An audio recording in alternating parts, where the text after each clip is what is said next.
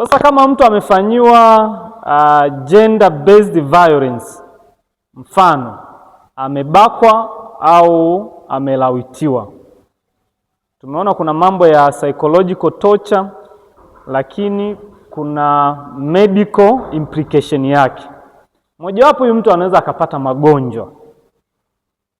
Sasa ukishafika kwetu, umeshamalizana na askari polisi, umemalizana na afisa ustawi, then utakutana na daktari. Kazi ya daktari moja, atachukua historia kuweza kujua what happened, umelawitiwa wapi, sawa, au umebakwa wapi. Baada ya kumpa maelezo, daktari lazima akufanyie kitu kinaitwa examination au physical examination. Sasa kama ni mdada amebakwa, wadada una sehemu mbili, anaweza akalawitiwa na akabakwa.